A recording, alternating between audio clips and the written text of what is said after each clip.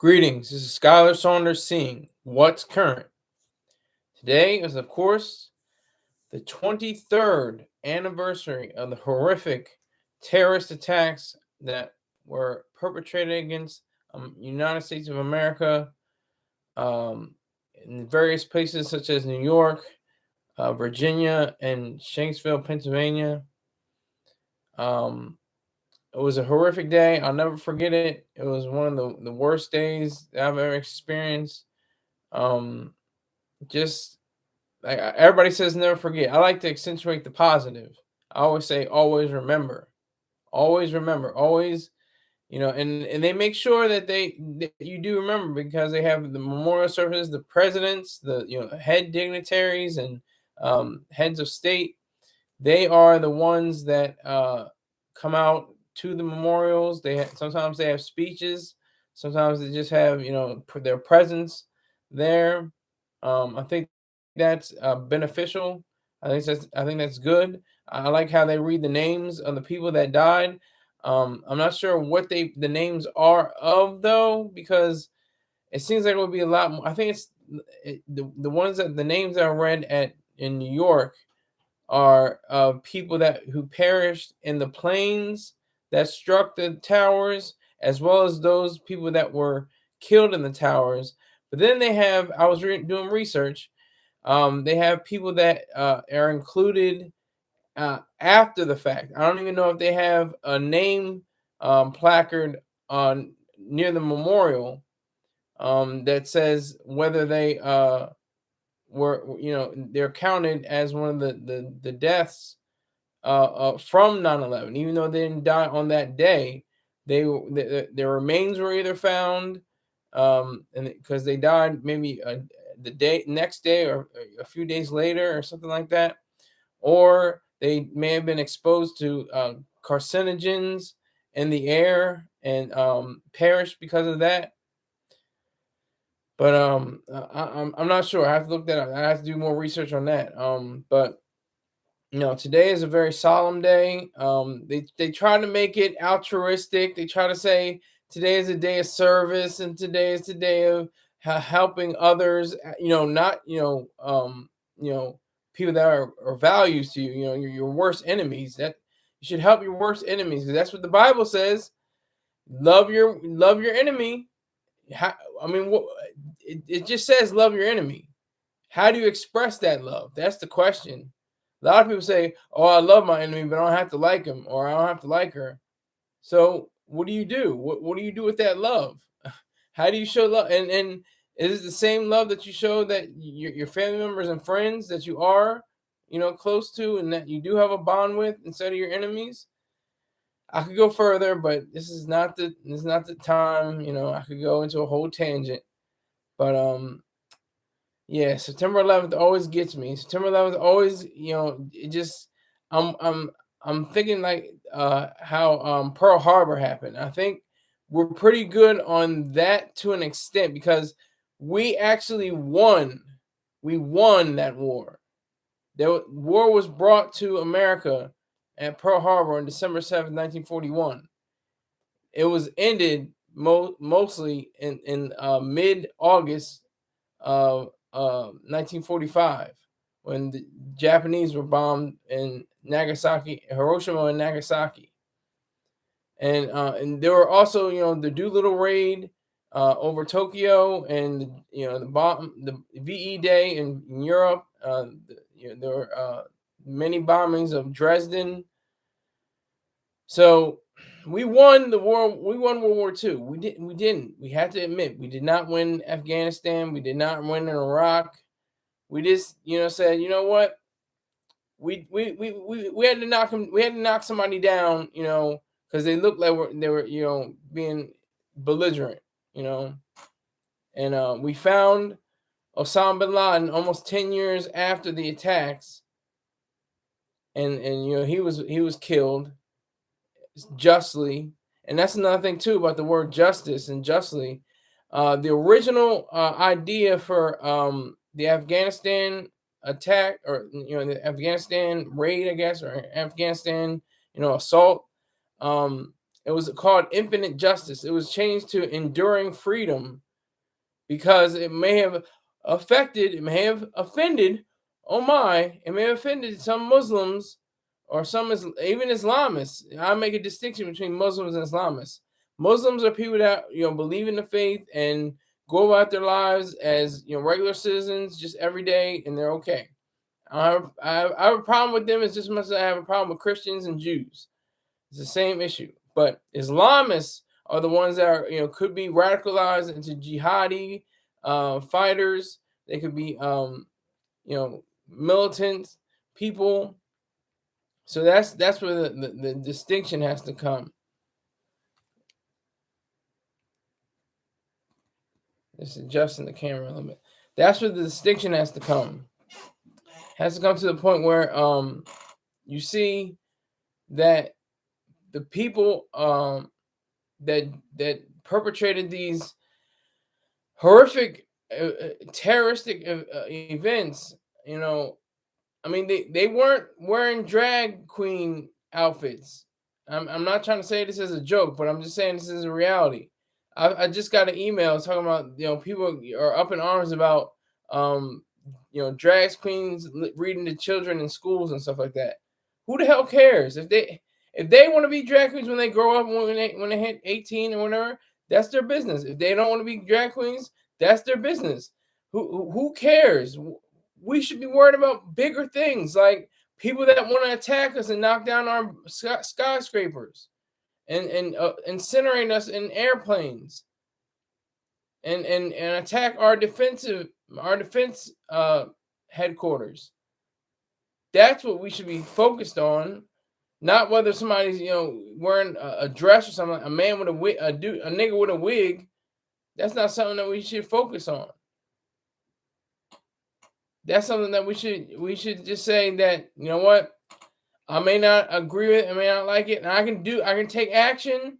I can say, little Billy, little Tyreek, little Shaniqua, little Julie, they can't come in here during this reading hour, and that could be your whole thing. But we have to make sure we have our priorities in order. It doesn't seem like we have our priorities in order. It doesn't seem that way. It seems like our country is focused on too many things that are outside. And the thing I was waiting for in the debate, I don't think they discussed it too much or at all. The next day they will be standing by, side by side, basically. The candidates, former President Trump and Vice President Harris, they were, standing, just a few inches apart. And almost, it looks like in solidarity, almost, because it just gave you that sense, that they should be, together on at least this issue, because that's their whole job. That's the only job they have. Protect individual rights of United States citizens. That's it. There's nothing else. That's it. That's the only role of government, is to protect individual rights and especially of the United States of America. That's it. That's it. Not, to go over not to go over into different lands, build sewer systems and schools, and make sure people have purple fingers, or that they can vote or something like that. That's not it. That's not it. That's not the reason why we came into this, or you should come into this. That's not it. We should have a robust system, a defensive system that says we can definitely destroy all our enemies like that, like no question at all. No idea, beyond what we have, it should be just like that. Like we have to show that we have to crush them. We have to crush their will to fight. We have to crush their whole ideological system that permits them to say, oh, well, it's going to be great because I'm going to die in this, but at least I'm going to get 72 virgins. And like I said before, I've said this on other occasions. What are 72 virgins? Are they 19 years old? Are they 99-year-old virgins? Do they rest? Do they sleep? Do you wake up? That's the thing. Once you get into specifics about faith, that's when the whole thing just collapses. You can talk about, Christian faith. Walking streets of gold. Okay, so was there a union that made the streets of gold? Were there Masons involved? I mean, it sounds ridiculous, but that's how faith is. To be honest with you, it's ridiculous. It's worthy of ridicule because it's if it weren't so vicious and harsh and terrible over the centuries, it would be a laughing stock because it's so horrific.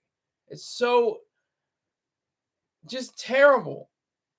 It's just terrible. All of them, Judaism, all of them, every faith, and all the collectivists, not just the mystics, but the collectivists. The socialists, the communists, the fascists, and many more. Not national social. That's a Nazi, national socialist. It's a big mess. It's a big mess. But you know who can straighten that out?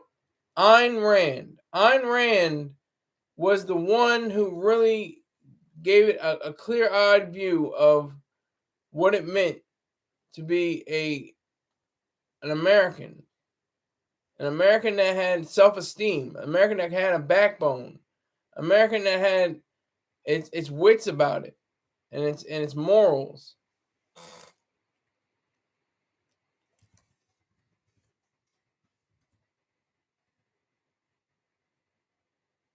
So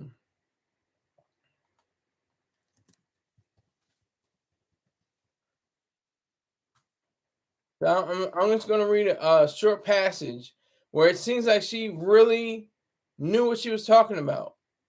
And this is from 1943, and probably before 1943, because this is when the book was published in 1943. So this is a passage from it, from page 447 of the Signet edition of one of her masterpieces, The Fountainhead, published in 1943, but probably had ideas before. Okay, I was saying, I would give the greatest sunset in the world for one sight of New York's skyline, particularly when one can't see the details. Just the shapes and the thought that made them. The sky over New York and the will of man made visible. What other religion do we need? And then people tell me about pilgrimages to some dank pest hole in a jungle where they go to do homage to a crumbling temple, to a leering stone monster with a pot belly created by some leprous savage. Is it beauty and genius they want to see? Do they seek a sense of the sublime? Let them come to New York. Stand on the shore of the Hudson. Look and kneel. When I see the city from my window, no, I don't feel how small I am, but I feel that if a war came to threaten this, I would throw myself into space over the city and protect these buildings with my body. She said this in the 30s and 40s, ladies and gentlemen. That's not talked about that much. People don't really say, "Oh well, nobody really." I haven't heard many objectivists even point that out. But it was actually adapted for a singer. She sang those lines, as if it was like an opera almost. But I just was like, whoa, that's 9/11. That's September 11th. And this is 1941, 1942, 1943, somewhere around there. Maybe earlier, maybe in the late 30s. She's saying this. I mean, she was such a prophetess. And she wasn't a prophetess just to say, oh, well, I can read, into the future. She said, if you know history, then you can pretty much predict anything that's going to come. Because like Mark Twain says, history doesn't repeat itself, but it rhymes, So you can have a greater understanding of the reality of what happens with, people that, that are serious about this country. And I am serious about this country. I love this country thoroughly. And people talking about me, talking about, oh, you fighting a white man's war. I'm a Marine, by the way. So, you're fighting a white man's war. Okay, so I'm fighting a white man's war, but how many different nationalities and ethnicities were actually butchered on September 11th? Was it just white people? The white man? I could have sworn it was like maybe 60 or 70 different countries, different people from different countries. I could be wrong though. Get me, don't let me get out here lying. Don't let me be out here lying. But that's where we are. That's the kind of nation we live in right now.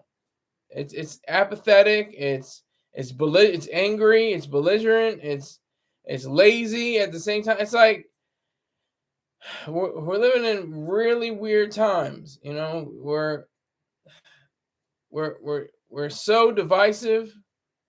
That is the number one word that came up on a Sunday morning news poll on CBS. Divisive. I mean, I remember September 11th. I remember September 13, 12, 13, 14, up until October, maybe even until December, and maybe in the spring.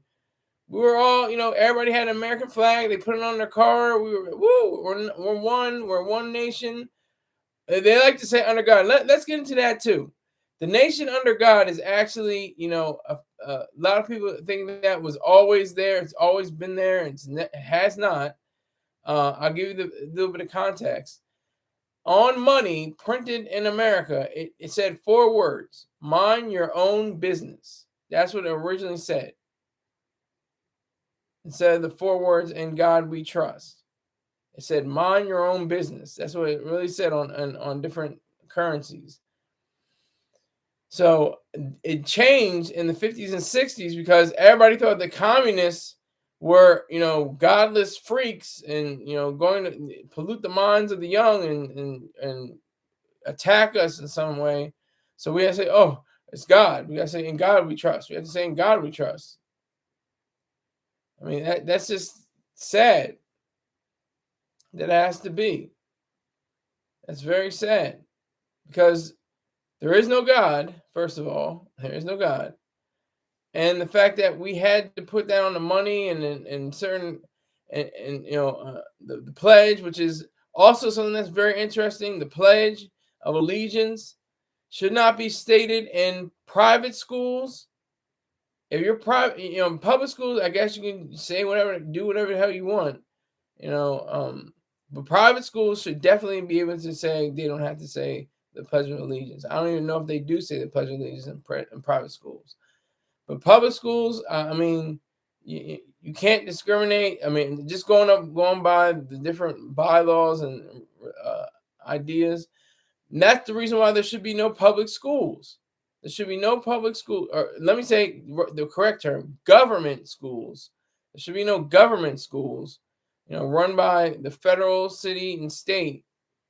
The pledge is something that is for adults mainly, if they so choose to recite it. That's their business, but not for children. They don't even know what the hell a republic is. Little first graders, under God, indivisible, liberty and justice for all. Okay, I kind of understand that, but I pledge allegiance to the flag of the United States of America and to the republic on which it stands, one nation, under God. Okay, a lot of things to unpack here. Under God, again, that was manufactured later in time. When people thought the communists were all going to come over to kill us all. And they should be, of course, mollified and subdued and, erased if needs be, because communism, of course, is evil and vicious, just like socialism, Nazism, fascism. Any ism under collectivism is evil. The only thing that's going to be ism that's right is individualism and capitalism. So we have to have a very straightforward kind of thinking platform to better understand where we are as Americans. So, September 11th is such a great reminder. It's a vicious reminder. It's very sad and evil, the events that took place. But we have to look at, the ingenuity of the human spirit. We can make beautiful memorials. You can make the tallest skyscraper in the Western Hemisphere, and I actually like it. I like how it looks like panels, like put together like in triangles, and then it makes a circle at the top, and it almost looks like a square, like a cylinder. It looks like a cylinder, kind of like. I marvel at that. That we most people are not objectivists. Most people are not, but they have within them the sense. They have enough sense to know what's right and wrong, what should be done, what could be done, what's possible in life. That's extraordinary to me. That's what gets me to a point of saying how beautiful this country really is, and how we should be able to withhold it and keep it and cherish it and not deny it, and not deny ourselves the luxuries that this country has to offer. And the freedoms, of course, we always say the freedoms. It's all about the freedoms. Freedom. That's the only thing we always cling to. We have to have the freedom. We have to have our freedom. Well, how is that freedom paid for? It's paid for by the people that, protect this country. It's paid for by the people that are serving this country right now, as I speak, all over the world. We don't need to be all over the world, but we are. We should come home, actually. And it's like a disaster what happened with Iraq. It's a disaster what happened in Afghanistan. We did not win those wars because we fought the wrong enemy anyway. The closest war was maybe Afghanistan. Maybe we could have had something there. But obviously over 20 years, in fighting, we didn't really do much. We didn't do too many things to help out our own cause. And it's sad because over 2,000 young servicemen and women had to die. They were not sacrificed. They were not sacrificial lambs out for the slaughter. No, they were protecting their own rights. They're protecting their lives and their families and their own selfish interests. That should be the thing we have to remember. And that's what anybody, that has to read the names goes up and says, and my father and my aunt and my uncle and my cousin and my niece and my nephew, that's the key word, I, me, mine, selfish. That's good. That's a good thing. I'm not knocking it. That's a benign thing. It's a welcome thing. That's not malignant. That's not malicious. That's not vicious or evil. That's a good thing. You should be selfish. And people always get it misconstrued. Oh, well, if you're selfish, you'll step over a pile of corpses and just to get your way. No, that's not selfishness. That's irrationalism. That's irrational completely.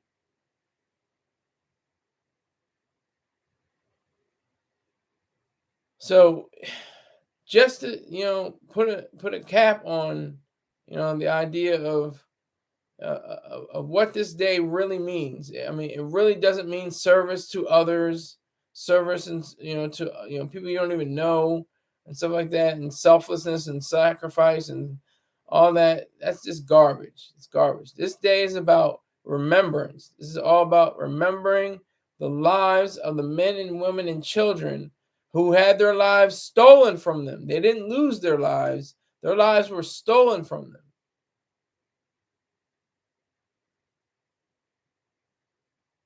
Because 19 vicious, horrific excuses for human beings wanted to take down, and not just 19, it's probably in the hundreds. I mean, by now, especially, maybe in the thousands. And then, of course, Osama bin Laden, but they were the ones that carried it out. They actually had the scheme. The plot was developed maybe by Osama bin Laden, but they actually had to, be on the chessboard. They actually he did the moves, but they had to actually do the actions. But it's not about them. It's about the victims. It's about their families. It's about the individuals who perished that day. Yes, they perished. They didn't lay down their lives. The firemen, the policemen, and just the everyday bystanders and everyday heroes that went into the buildings, not knowing that within a few minutes the whole structure would collapse. I'm thinking about Marcy Borders. She was known as the Dust Lady. She was covered in carcinogenic dust. From head to toe. A young woman of color. She was in her 20s at this time. She was a legal assistant or legal something to do with law and Bank of America. She was just covered in head to toe, and there was a famous picture. You can look it up right now. The Dust Lady. I actually wrote a story about her. It's called Marcy Me. Put that in the live chat. Why not?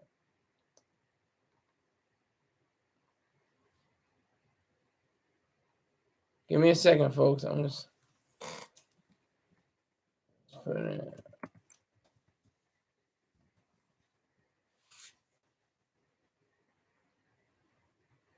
I'm looking for it right now. Hold on.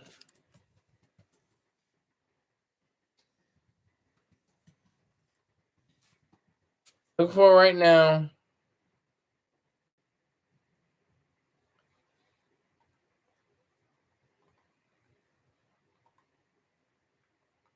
Still looking for it. All right, I found it. All right. Anybody's be in the live chat. You can read on this story I wrote.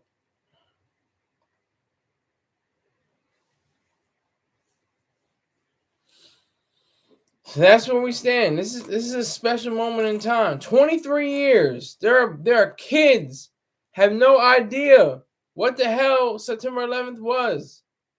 Who weren't there, who didn't listen to the radio chatter. That scared the hell out of me. You use this to the radio, and it's like they have, the newscast is like, hey, it's September 11th. It's a fine day. It's completely clear, right? No clouds where we are. And then it's like, then you had the music. Oh yeah, we pumping hip hop and R&B. Yeah. It was nothing like that. It was like, we're having some trouble over here. We're going to try to rearrange there. It was that kind of tone, that kind of verbiage. It was that just scared the hell out of me. I was on the bus going home because they're like, what the hell? All right, we got to send them home. They didn't know what the hell to do with us. So they're like, send them home. And we just came home and we just saw the carnage. That was it, the carnage of the day. But we saw also the heroism of the day. We got to see the bravery of the day. We got to see, an optimistic viewpoint of the day after all the destruction and death and disgustingness and nastiness and ugliness. There was actually, a pulse. There was actually a functioning brain. There was actually heroes that came out from different fire departments in New York, and people in the Pentagon, military personnel helping out their fallen military men and women. So what is September 11th? September 11th to me is just remembrance. That's all I can say. Remembrance. It's a weird thing because we don't really, Pearl Harbor, we don't talk about because I said we won. We beat them. We squashed them. We quashed the ideals that were of the European National Socialism and the Japanese imperialism. We quashed that. We quashed the rising spirit that was going to be, taking over the world. We said, no, not us, not this time. And we became the world's sole superpower. Then we entered the Cold War, which is weird because we're applying temperatures to wars, which sounds weird, but that's something else. Um, I just want, I'm just glad December 7th didn't turn into, a sale day or something like that, because I think one of the reasons why it didn't become a sales day is because in between Christmas and Thanksgiving, and after Thanksgiving, everybody knows it's Black Friday. They don't say it's Black December 7th or something like that. That's not what they do. So I don't think September 11th will turn into a barbecue and picnic and cookout kind of holiday thing or anything like that. Even though Memorial Day is very, very close to that. Memorial Day is about people that have fallen, and we hardly ever talk about the fallen. I mean, there's a few TV specials and movies and things that air. But a few things, go on in the newspapers and go on. It's Memorial Day sale. Get a new car. Get a new mattress. I don't think the same thing for 9/11. September 11th, 2001. You have to make sure I say 2001, because anybody can say 9/11. 9/11 could be 9/11 1976 or 9/11 2035. But 9/11 2001, that's a date. That's one way that you can open a millennium, because there was no year 0, there was year 1. So that was the actual beginning of the millennium in 2001, and that's a sad, serious, terrible kind of opening to the millennium. But we must remember, and this day of remembrance, the heroes, the people that created, that stuck out, like Howard Lutnick. He's one of my heroes. Look him up. I'm not going to go too far into his biography, but his brother died on that day, actually.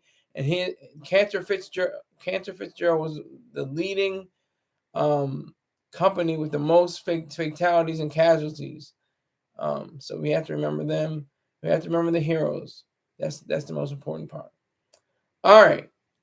One of my heroes. All right. So this is premium black news, I guess you can call it. But one of my heroes, Frankie Beverly, died at the age of 77. I never got to see him perform live, but my parents have. I listened to his music my whole life, all the time. I have to say, he's they're one of my top 5, soul bands. And some people make distinctions. I make a distinction between rock and soul and R&B and rappers and stuff like that, and female rappers and male rappers. I make the distinctions. So I say that the distinction is Frankie Beverly is definitely one. He was definitely one of the greatest. It's not a whack song. It's not like a skip song. I don't feel like hearing that. I mean, they have songs that are updated. That like they have a Joy and Pain, I think, song that has a rap on. I'm like, I'm good. But their songs, the band Maze and Frankie Beverly together, you can't beat it. You just can't beat it. He has such a profound baritone, smooth, silky voice, and it's just completely recognizable. And the interesting thing is, I don't know how many white people know about Frankie Beverly or knew about him. Everybody knows Stevie Wonder. Everybody knows Smokey Robinson. Everybody knows this. Oh, okay. Whoa, here we go. Rick James in the building finally. He says, "Rest in our Beverly, but I won't cry over him. He wasn't a genius like the rest. Salute to you early, sir." Yeah, salute, Rick James. Thank you for chiming in. I appreciate it, sir. So, Frankie Beverly, he has the accolades. He came from Philadelphia, Pennsylvania. He was touring with Marvin Gaye. He actually mentioned that they should change their name to Marvin Gaye from make sure I get it right.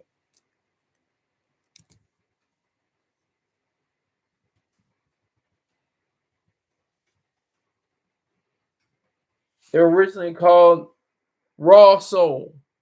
And Marvin Gaye was like, no, you gotta be called Maze. And he was like, all right, I ran with it. But he was the band's writer, producer, and lead singer. He had a whole style about him, his physical style. He had a white ball cap, long white shirt, white pants and white shoes, I think.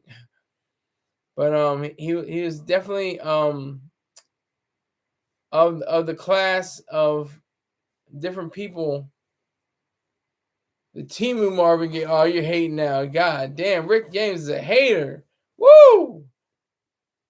Beverly was the poor man Stevie Wonder. Well, let's not go too far into that, because Stevie Wonder is a different kind of animal altogether. Because he didn't have a band technically around him. It was really just Maze featuring Frankie Beverly. So we have to be careful with how we classify people.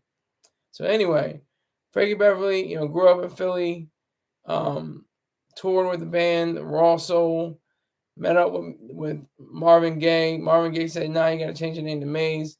He said, "All right, let's go with it." And they've been figuring it out. They have the special hand, the hand that looks like this, and it looks like a maze going through. That's their logo. That's their insignia. I'm gonna try to get my top five. Let me see if I can do this. Let me see. Top five. Number 5, LTD. Number 4, the Brothers Johnson. Number 3, Chic. Number 2, Earth, Wind, and Fire. Number 1, the Frankie Beverly featuring Frankie Beverly. That's my number 1, because there's not one song that I can skip. Like, I like all the Marvin Gaye songs. I like the people of LTD and Chic and stuff like that. But I can skip some of their songs. Some of their songs I'll be like, all right, I'm good. And then try to get to number 1. Number 1, the Gap Band. Oh man, they're hot. I can't name one song from them though. Name a song from them, and I'll try to do the melody real quick. I can't think of the Gap Band songs.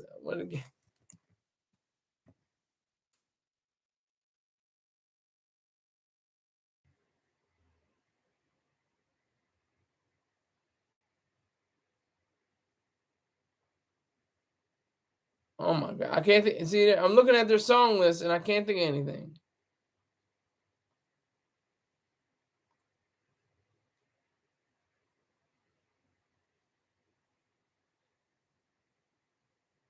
I can't.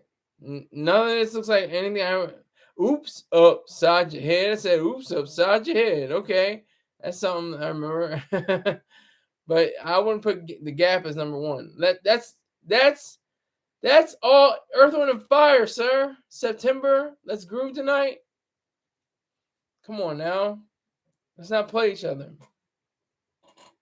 Let's Groove Tonight in September are definitely Earth, Wind, and Fire.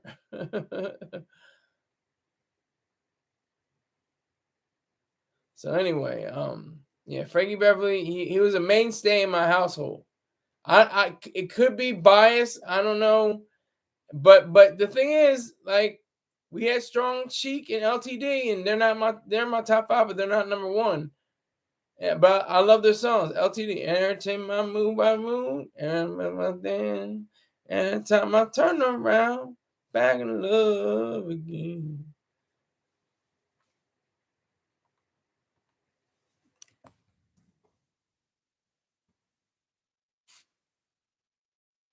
So this is something we have to be mindful of. We have to take care of the idea of Frankie Beverly and what he has to do.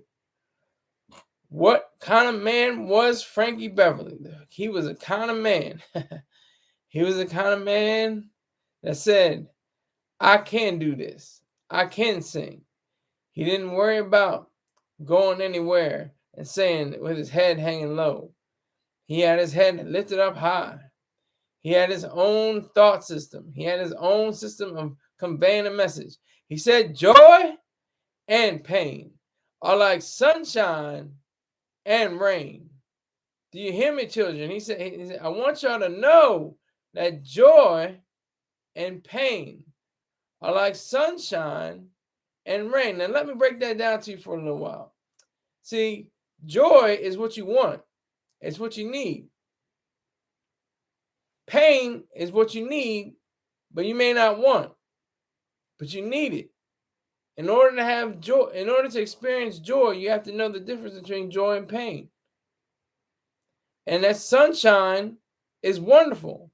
It also can burn you, but you want it. You want the sunshine.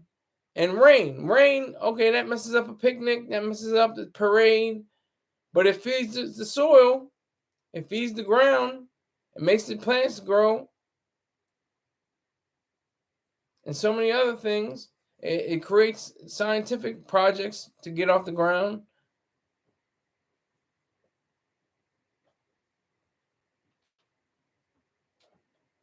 So I just want to say, Frankie Beverly, if he had just a string of hits that maybe the white man didn't know about, maybe only black people at cookouts knew about him, maybe in their movies, Medea movies, maybe in ATL, maybe in different spots like that, where the black population really didn't share too much of Frankie Beverly, as much as they shared or they gave away sometimes. Michael Jackson, Prince, James Brown, Whitney Houston, Tina Turner, and so many others that we have lost. But it seems to me, I could be wrong, that Frankie Beverly, he was all black. He was about the black experience. He felt elated when Beyonce covered his song home for the song Before I Let Go for her homecoming compilation, her homecoming album and the song. He was happy. He was glad about that. He said, now I got a smash hit. Because they never really had, too many hits on the charts. They had 9 gold albums. They didn't go platinum. See, when you have over 700,000 people, that means you have over, you have a collection of people that are of a lighter skin shade. But that's just the beauty of it. I'm sure there were white people that did like him, and brown people, and red people, and yellow people too. It just may not have been broadcast all over the place. But let that just be the truth. Let that just sit there and be real. That he had a distinction about him. He had a way of saying something. He had a way of trying to be a somebody. He tried to be the best person he could be. And he is amongst those few people that was able to take on the ideas of what it means to be a man. He had a family life. He had a life all in music. I can look it up right now and see that he had a certain way about him.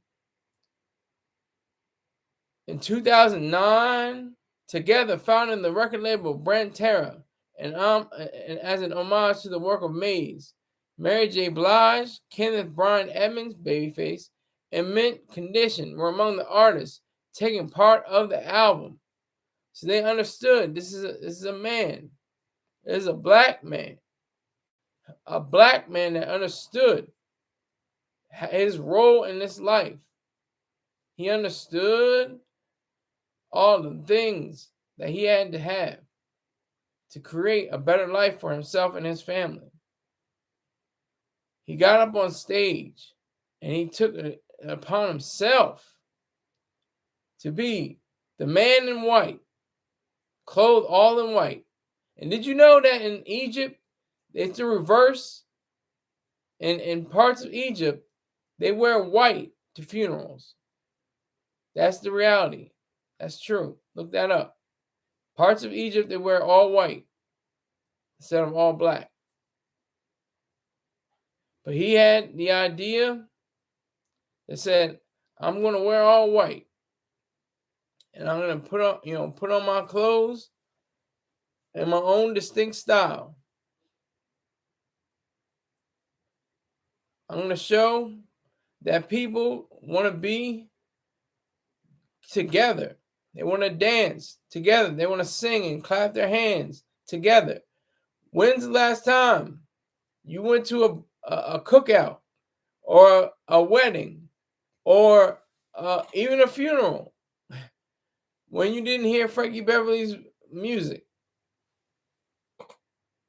When was the last time you didn't go to somebody's just over somebody's house and they were had some potent marijuana leaf, rolled, and they had Frankie Beverly playing in the background. Now, to me, my favorite song from Frankie Beverly and Maze is "The Golden Time of Day." That's such a vibe song. That's such a vibe song. It's such a great song to just relax to. Just be on the porch, be on the patio, be on the front stoop, and just have some a beer or lemonade or iced tea, and watch the sunset. And it's a warm night, but it's not too hot, and the mosquitoes aren't biting.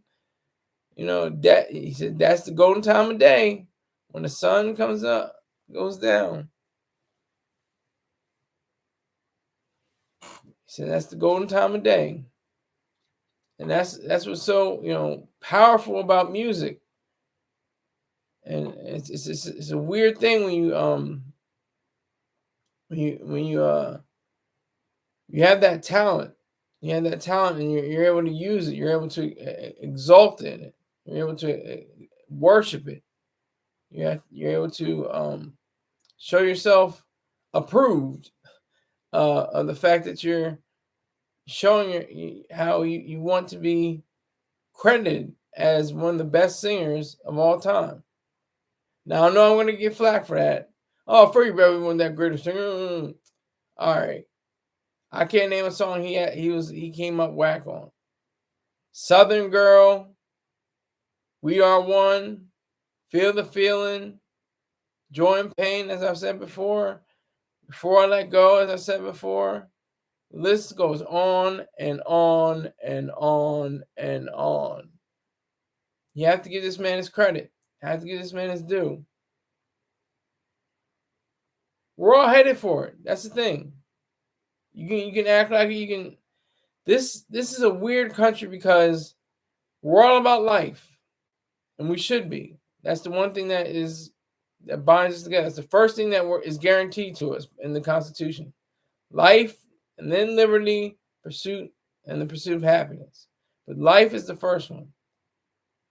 And we don't like to talk about death. We don't like to look at death. We don't like to see dead bodies. Dead bodies scare people. Dead bodies scare people. That's one thing that never scared me was a dead body.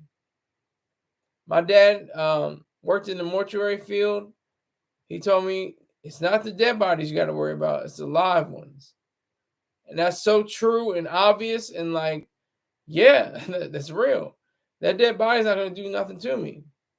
But this person over here is, breathing with an axe in his hand. He may want to try to do some harm against me, make me a dead body. So that's one of the things I learned. But Frankie Beverly definitely showed his true character. Just steady, didn't really make a fuss, didn't really make that level of Stevie Wonder and Earth, Wind and Fire, Marvin Gaye, or he didn't make on the charts, like I said, but he had that following. He had a definite following at festivals. People wear white as well, to match him.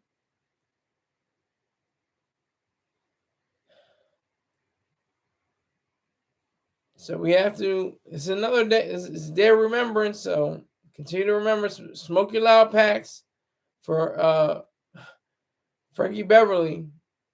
Smoke them loud packs. Smoke the loud packs for Frankie Beverly. Because he is definitely a pioneer. He was definitely a pioneer in R&B, and he was they made an homage. Twista made an homage to him in slow jams. Put you in a daze with Maze. Put you in a daze with Maze. So that was like a little nod to him because he's only associated with one band, Maze. And he's the person that people recognize was because he's the one that wrote the songs, arranged the songs. You know, he just had the band that backed him.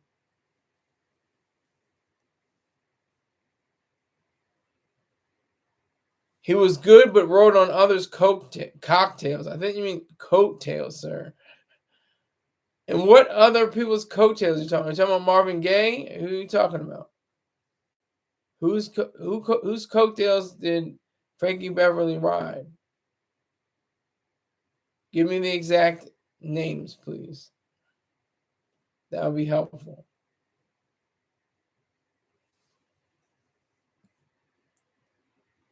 Marvin Gaye, Stevie Wonder, and the Gap Band. I don't agree with you.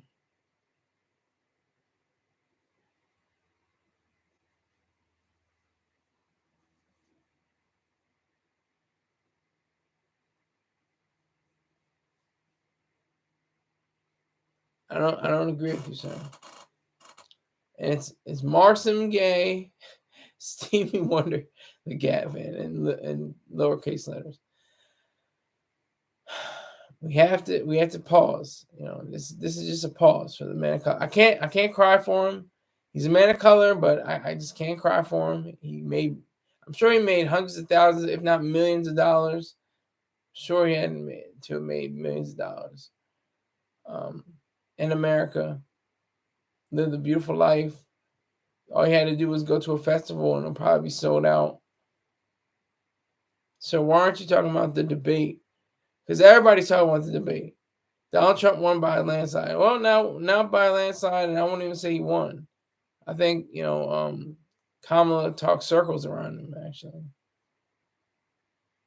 But everybody's talking about the debate. I don't want to talk about the debate. I want to talk about September 11th and Frankie Beverly. Why aren't you talking about the debate? Where's your channel? You can do whatever the hell you want. This is the capitalist system that we have. Protection of individual rights. Your rights are protected by YouTube. All this is copyright. This very broadcast is copyrighted. I think is it. Say it.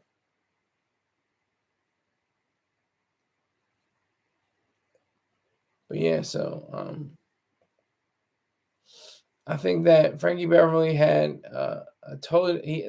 As much as he had a white on white style when he was dressing, he had a style of his voice that was just very recognized. That baritone voice, it just came out so smoothly and so coolly. You know, it just was he have a song, I Can't Get Over You or something like that. Another song. They had hits, but they didn't really chart. Nothing really charted. And he finally said, about Beyonce's song, this is the first time he actually had a hit, had a big hit. Now he was sampled. Joy and Pain was sampled by Rob Bass and DJ Easy Rock Smooth Rock.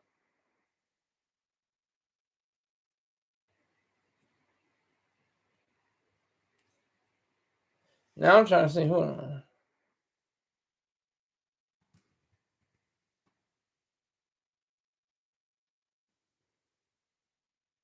I'm looking for it right now. Give me a moment. Hold on.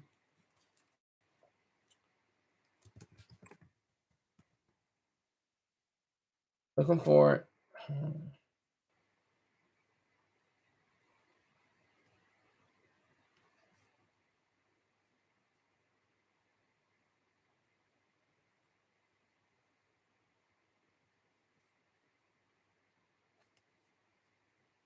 Yeah, so Rob Bass and DJ Easy Rock sampled Joy and Pain from Frankie Beverly and Maze. So if I must say, it gets to a point where, you know, you have different people that will say, Frankie Beverly, oh, and he wasn't that famous. He didn't have to be famous. He was a factor, but he wasn't really relevant. He wasn't relevant, but he was a factor. Like I said, he you know, any time they threw up a concert somewhere in Philly or Virginia or somewhere like that, Atlanta, it'd be up. It would be up. It would be on him and his band, and they would definitely show how powerful they are and how great they were. And what I don't even know what happens to the band. I can't even name one person in the band. Is that a problem? Is that something that's gonna be an issue? Frankie,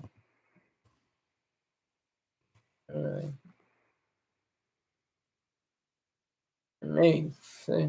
I'm looking for. Okay, here we go. Maze. Okay. Jesus Christ. There's over like 20 or 30 former members. Holy shit. And of them are 2 are dead, including Frankie Beverly. The current members, and they're still present today, are Carl Wheeler, Ordine Mays Jr., Vernon Black, Larry Wims, Kevin Lloyd, Kevin Stansel, and Marlon Curry. And of course, let me see. It's not Back in Stride. Oh, come on, man. These are great songs. Happy Feelings? Are you serious? This is classic. No, they weren't on Saturday Night Live. No, they didn't have that, you know.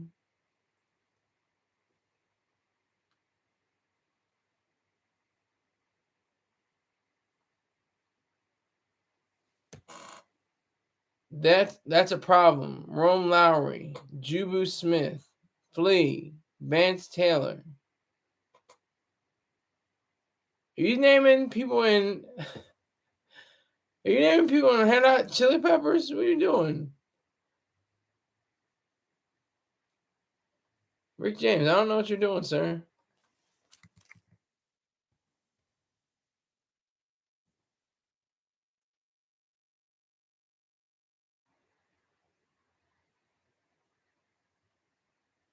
You named Flea, but you didn't name anybody else. Who else was there? That's Maze, sir. No, it's not. Not according to Wikipedia. That's not Maze.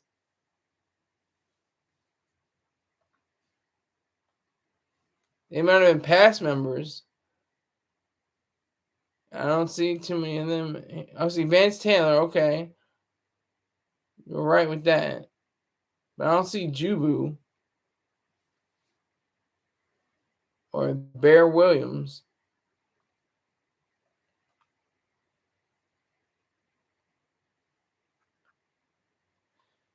So, like I said,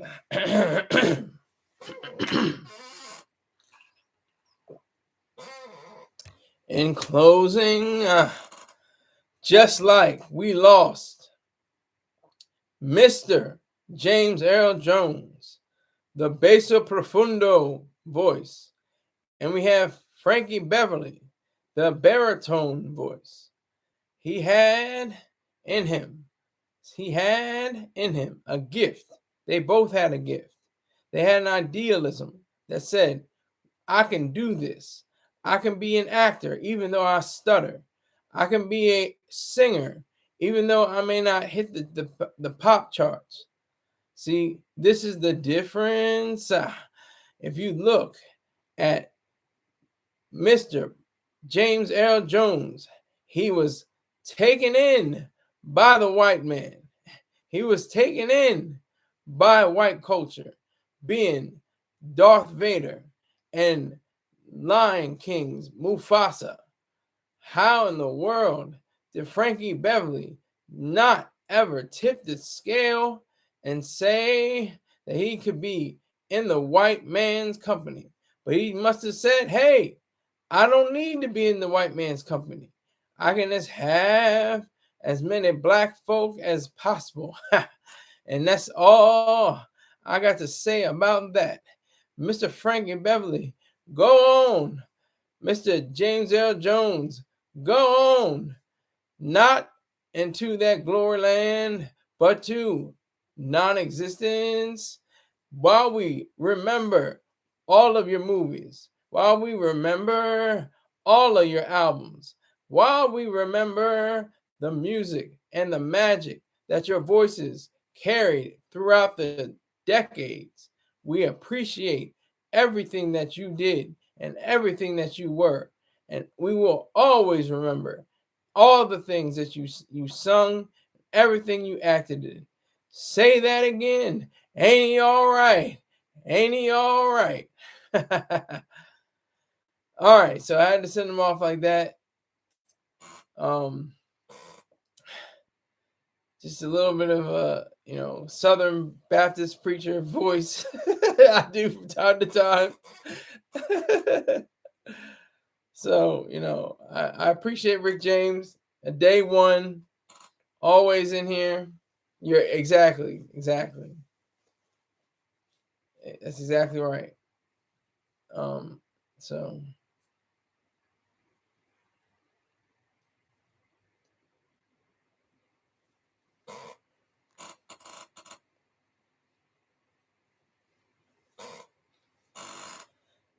I had to say that. I had to say thank Rick James for holding me down, for being my top supporter today, not money wise, but just being along for the ride, along for this live action.